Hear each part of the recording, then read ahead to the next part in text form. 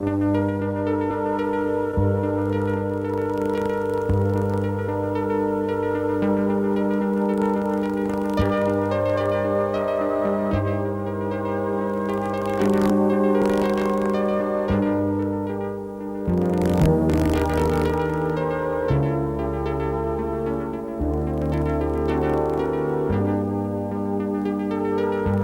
kan ikke selv fortælle sin historie. Han kan ikke tale. Han er 42 år og bor på institution i Birkerød. Ejgils historie ligner mange andre menneskers inden for den tidligere særforsorg.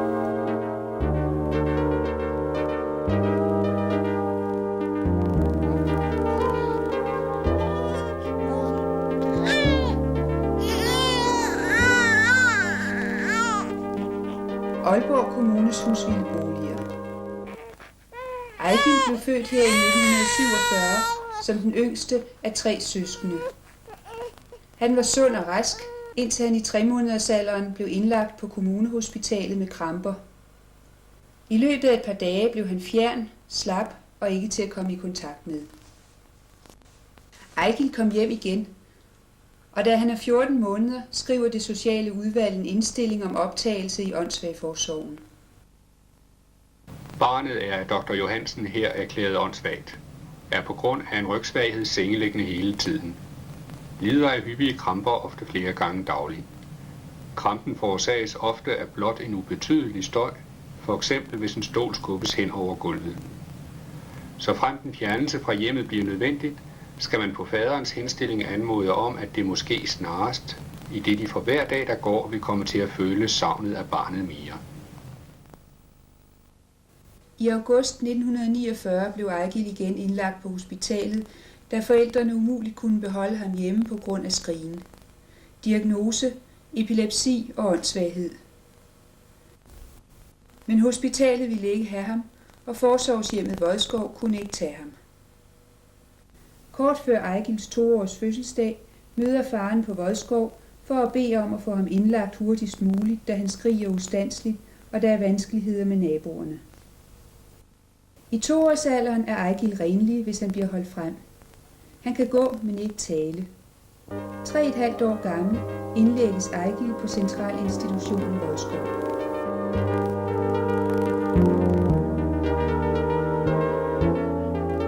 Plejemor på afdeling F fortæller.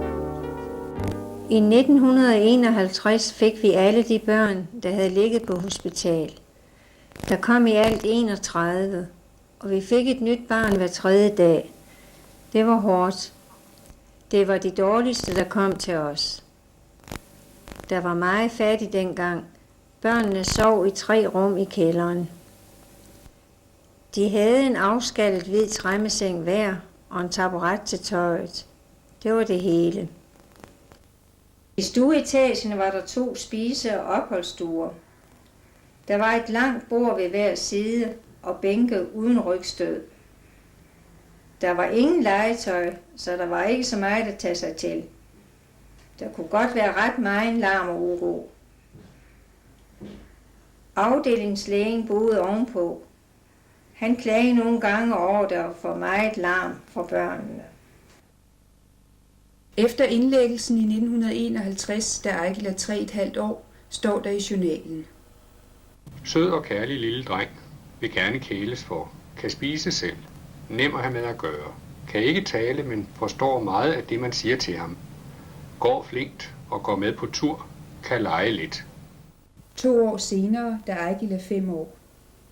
Ingen udvikling, forstår ingenting, spiser ikke selv, selvom maden står på hans tallerken. Hjemme på juleferie, meget besværlig. Forældrene bor nu hver for sig. Moren, der er flyttet til København, skriver til overlægen. Da vi er flyttet til København og bo, vil vi gerne høre, om vi kan få flyttet lille Ejgil herover. Og vi mener, der er et eller andet sted her i København. Da jeg skal til Aalborg sidst i denne måned, om jeg så kan få ham med over. Vi mener, det er jo nemmere at besøge ham herovre. Erbødigst af Andersen.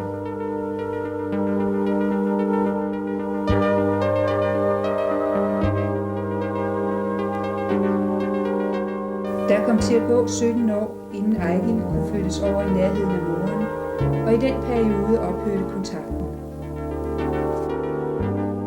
7 år gammel flyttes Ejgil til epileptikerhjemmet i Nyborg. Journalen 1955. Sengeliggende det meste af tiden. Meget skrigende. Forstår ikke tiltale. Skal hjælpes med alt. Kan ikke lege. 1958. Uforandret. Ingen fremgang. I 1959 overflyttes Ejgil til mandsafdelingen på Mariageranstalten Sødis Bakke. Ejgil var der 11 år. Der var 48 mænd på afdelingen og 5 ansatte af gangen, som også skulle gøre rent. Der boede 8 på hver sovesal, og ingen havde ejendele ud over en seng og en skammel til hver. Ingen legetøj og ingen undervisning. Den daværende afdelingsleder husker godt Ejgil. Da han kom her, havde han udstående tænder, men han fik ryddet munden, fordi tandlægen ikke kunne komme til at reparere tænderne. Han var fikseret med en kort fodrem til en bænk. Han kunne ikke gå nogen steder, kun stå og rokke eller sidde ned. De kom aldrig udenfor. Den eneste mulighed for frisk luft var fra en stor terrasse. De epileptiske anfald var nu ophørt, men fra 1964 fik han psykofarmaka på grund af uro, hyle- og grædeture. I 1965 endvidere hormoner for dæmpning af seksualdriften. Bivirkningerne har tilsyneladende været træthed, bleghed og brystvækst. Behandlingen med psykofarmaka kom til at vare 22 år. Fra journalen 1959. Ret lavt stående. Virker meget apatisk og stillestående, men kan dog pludselig fare op i et vindue. Urenlig dag og nat. Skal hjælpes med alt. Må mades. Forstår ikke tiltale. 1960. Volder nu ikke større vanskeligheder, men var den første tid på afdelingen ret urolig. Ville hoppe ned fra altanen og ud gennem vinduerne. Kontaktsøgende over for et par af stuedrengene, der tager sig af ham. 1962. Tegn på pubertet. Skrigeture af og til. Kan ikke beskæftiges. Fiksering dag og nat, da han løber til vinduer og altanrækværk. Journalen 1964. Kan ikke beskæftiges. Er endnu fikseret om natten, men ikke om dagen. Sky ved måltiderne. 1968. Ikke længere fikseret ved fodrem om natten. 1970. Han holder sig mest for sig selv, kan være noget negativistisk, træg og stædig. Der har været en vis fremgang med patienten i form af en smule mere kontakt med personalet efter afdelingens deling i 3 små grupper. Udvikling fra skolealderen. For lavtstående til at kunne undervises. 23 år gammel indlægges Ejgil på Ebberødgård, afdeling Y. 1970. Han skriger, når han skal i bad, og en gang imellem om natten. 1971. Er temmelig skrigende og råbende både dag og nat.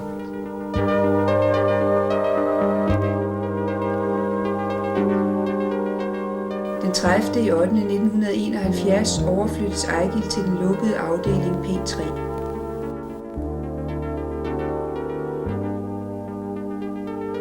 Ejgil var en af den slags beboere, som vores kære kolleger og plejefædre rundt omkring ikke ville have, fordi han skabte uro. Han var måske også sådan, at der skulle bruges lidt mere personal. Og personal har jo ikke været det, der hængte på træerne før i tiden. Og derfor var størstedelen af de beboere, vi havde på P3, det var nogen, som andre afdelinger ikke var glade for at have. Det var altså en lukket afdeling, der var glidere på vinduerne, og ingen af vinduerne kunne lukkes op, så kunne de jo ikke springe ud af den. Og dørene var låst, både til gården og som regel og ud. Men det var en kedelig gård, fordi der var jo for lidt lys og luft. de store høje gamle bygninger, som vi kaldte den sorte firkant, hvad det jo også var. De skyggede jo så meget, at de fik jo alt for lidt sol. Der var jo 36 i mange år, så det var jo ikke meget plads til de forskellige, det var det ikke. Og der var vel, på sovesalen var der vel 21 på den store sovesal. De gamle afdelinger, de var jo alle sammen ude i den sorte firkant udstyret med toiletter på stribe og uden skilrum eller noget som helst imellem. Men de sad der på stribe, og dengang der var der ikke nogen, der tænkte over det der. Det var det ikke. Vi skulle altid være 3, når vi skulle bade om aftenen. Det skulle vi så. 3 på en aftenvagt, det var ikke. Når en skulle bade, og en skulle tørre, og den anden skulle lægge dem i seng for at sige det. Det foregik på samlebånd. Det gjorde det. Man blev heller ikke af medbeboerne behandlet lige godt altid, fordi der var jo også elementer iblandt, som ikke var så helt blide. De skubbede, og de slog. Eigil opholdt sig meget på toiletgangen, som vi siger, og i den ende på afdelingen, hvor der var stengulv. Og det var jo ikke lige behageligt altid. Og der var jo ikke ret meget varme på sådan en gammel afdeling dengang. Han var jo, gik jo hvileløs rundt, for at sige det rent ud. Han sad jo ikke ned, som mange af de andre, de sad jo ned og faldt til ro. Men han gik hvileløs rundt det meste af dagen. Journalen, marts 1975. Går altid og sutter på fingrene, så neglene er helt opløste. Muffetrøje. Synes at være blevet noget roligere med årene. Kan stadig få skrigeture. November 1975. Meget lidt kontaktsøgende. Totalt ubeskæftiget. Sutter uafladeligt på fingrene. Sover roligt om natten på Trusal 50 mg. 1977. Spiser mad med fingrene. Kan ikke trænes på dette punkt. Har ingen kontakt med omgivelserne. Går for sig selv. Sparker af og til ud efter de andre patienter og kan være råbende i lange perioder. Er ude af stand til at klæde sig selv på. Han er ikke orienteret i omgivelserne, men løber ikke fra afdelingen. Har i det sidste år fået besøg af mor og søskende.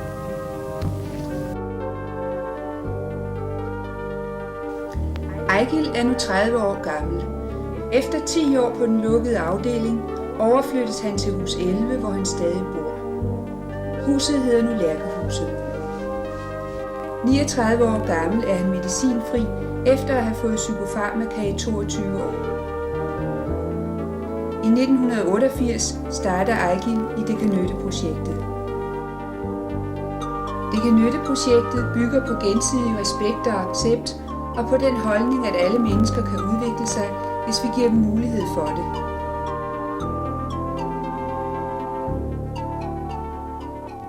Men Eigil har ikke udviklet sig som os andre.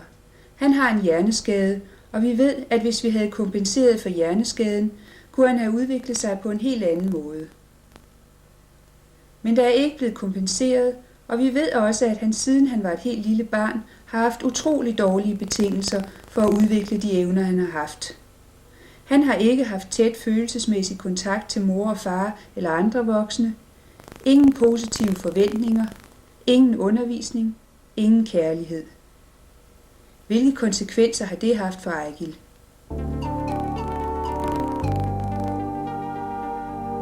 For at kunne kompensere for den manglende udvikling eller fejludvikling, begyndte personalet nu at undersøge, hvori Eigils problemer egentlig bestod. Et af hans største problemer var, at han næsten ikke kommunikerede med andre mennesker. Syn og hørelse fejler ikke noget, det ved vi nu. Men han taler ikke, og han var ikke vant til at bruge andre udtryk end skrig og hyl.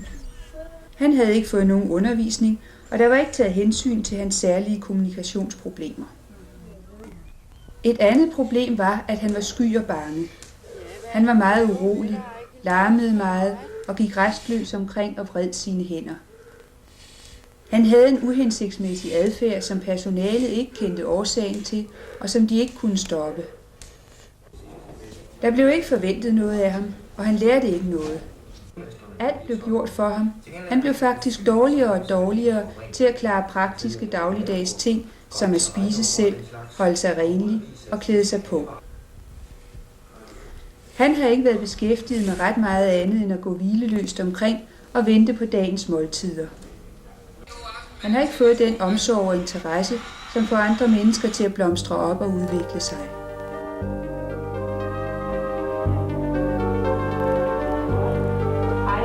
Nu skal du have støvler på. Have støvler. Godt. Du skal have støvler på. Ikke? Og du kan selv tage dem på. Du kan selv tage støvler på. Ja, så får du ned i støvlen.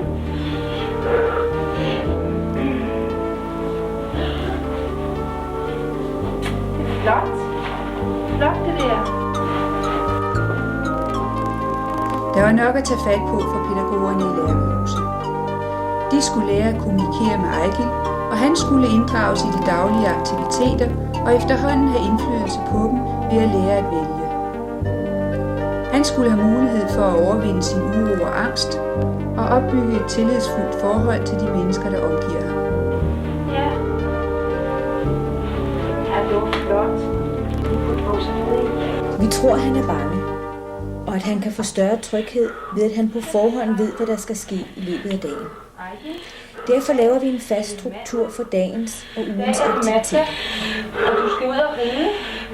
Ejgil, du skal ud og ride på hesten. Se, en hest.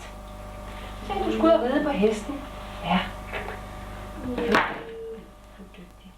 Hver formiddag og hver eftermiddag sætter vi os sammen med Ejgil ind på hans værelse og gennemgår, hvad der skal ske. Åbn døren. Det var flot. Ja, det var godt. En af de faste aktiviteter er ridning. Skal jeg holde hende over benet? 1, 2, 3. Er han oppe? Nej, han er over, men der røg 2 ben op på en gang. Ja. Terry. Så jeg skal lige have ham ud her. Ja, du tager lige svinger hans ben ud. Ja.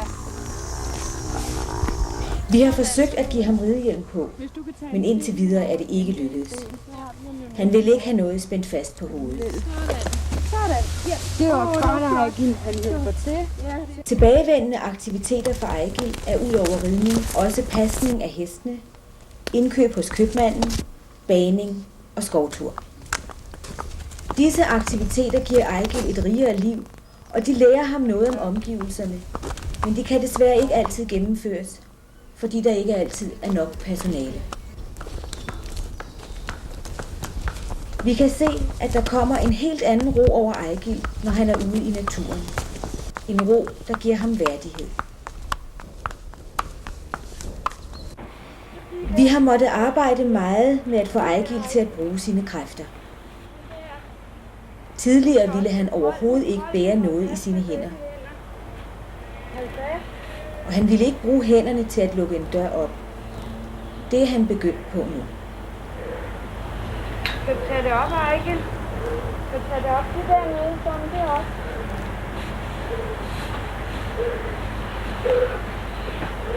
Man lærer ved at gøre tingene. Men Ejgil har ikke haft mulighed for at gøre ret meget. Han har ikke fået lov til at åbne døre på den lukkede afdeling. Og han har ikke haft noget at bære.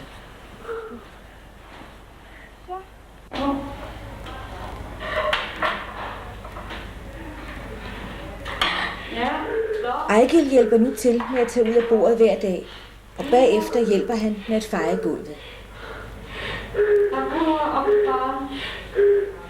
Han har altid været interesseret i, hvad der skete omkring ham. Men som noget nyt har han nu en forventning om at deltage aktivt. Hvad er det der? Jeg kan væk fra barnet. Godt, nej. Det kan vi ikke have mere. Det vil vi bære ud. Vi vil have større.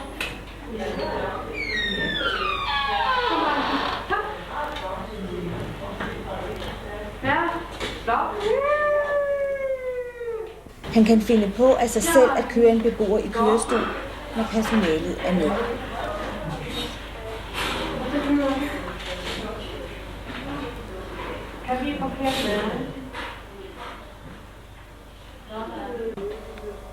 I starten måtte vi ikke røre ved Ejgil. Vi vidste ikke, om han var bange for os, vred på os eller hvad. Det er dejligt at få creme på. Men nu har han fået så meget tillid til os, at han godt kan slappe af ved at få masseret skuldrene og få creme i ansigtet.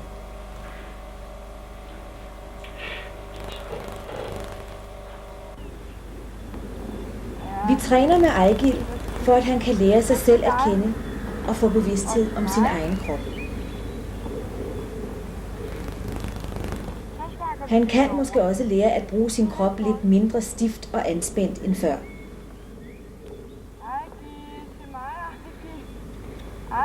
Elbilen prøver han for at øve sig i at bruge fingrene og for at få en fornemmelse af årsag og virkning. Når man trykker på en knap, kører elbilen. Kom herover og stå ved siden af mig. Så holder du der, og så skal du trykke med tommelfingeren. Tryk, så får bilen til at køre. Og det er flot, Ejgil. Det er flot. Når det bliver for meget af det gode, siger han selv fra og sætter bilen på plads. Vi er blevet bedre til at lytte efter hans egne signaler, når han giver udtryk for, hvad han kan lide og hvad han ikke kan lide. Noget af det, han bedst kan lide, er at være i naturen. Når vi går tur i skoven, er Ejgil et helt andet menneske. Han går helt afslappet og ser sig omkring. Hvis der er en fugl, der pipper, drejer han hovedet efter lyden. Han ved præcis, hvor den kommer fra.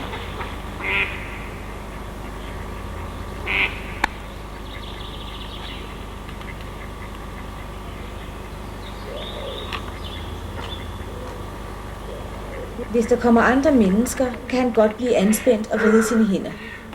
Men ellers er han rolig og opmærksom over for, hvad der sker omkring ham.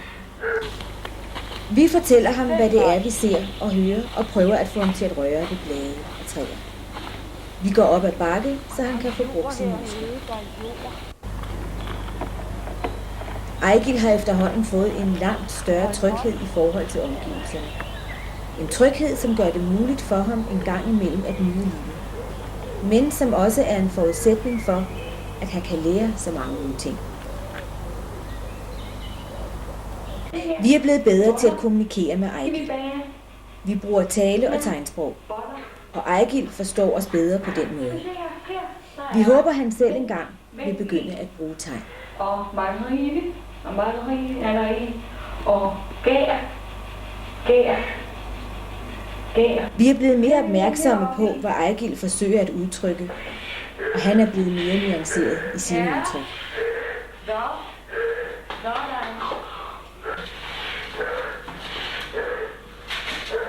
Alle har ret til et dagligt miljøskift i form af et tilbud om undervisning eller anden aktivitet. Men det er endnu ikke alle, der har været plads til. Der har flere gange været søgt om værkstedsplads til Ejgil uden resultat. Først i 1990 fik han et tilbud om at komme på det nærliggende støtte- og aktivitetscenter 4 eftermiddage om ugen. Her sidder vi i støtte- og aktivitetscentrets café og får en øl og en kop kaffe. Når vi skal hjem, går Ejgil i forvejen. Han kender vejen.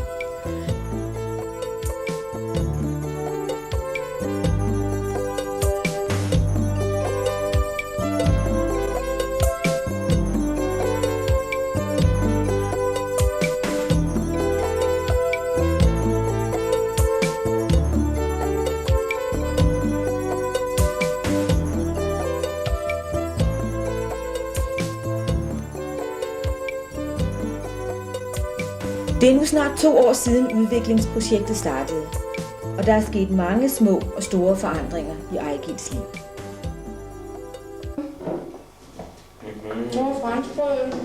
De små ændringer er alle de små fremskridt, Ejgil gør i dagligdagen. Han vælger selv, hvad han vil have på maden, og han markerer, når han vil have noget at drikke, ved at sætte sit glas frem. Tidligere sad han passivt og ventede på, hvad der blev sat frem til ham. Hvad skal du have? Pålæg på. Hvad skal du have? Spegepølse igen. Og æg. Det var flot. Før var han meget larmende og ukoncentreret. Nu er han mere rolig, når han spiser. Han lægger meget mærke til, hvad personalet gør. Nogle gange holder han op med at spise, for at se, hvordan personalet spiser. De store ændringer er, at han er blevet mere rolig, koncentreret og harmonisk. En gang imellem, når vi sidder alene og taler sagte til Ejgil, kan han godt komme med et smil.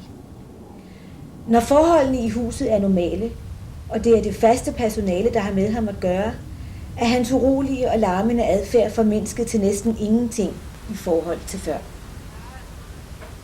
Han har udviklet sig så meget, at hans koncentrationsevne er fordoblet. Det er vores indtryk, at hans lille lukkede verden er ved at blive brudt. Hans verden er blevet udadvendt, han stiller krav og har forventninger til sit eget liv og til andre mennesker. Hvor vi før havde negative forventninger til Ejgil, har vi nu positive forventninger. Det påvirker også hans tro på sine egne evner. Ejgils personlighed har ændret sig. Han er blevet mere harmonisk, mere tryg og mere tillidsfuld. Men hans fremtid afhænger helt af andre. Han vil altid have brug for mennesker omkring sig, som forstår hans problemer, og som kan sikre hans tryghed og fortsatte udvikling, og som kan sørge for, at hans fysiske rammer er optimale.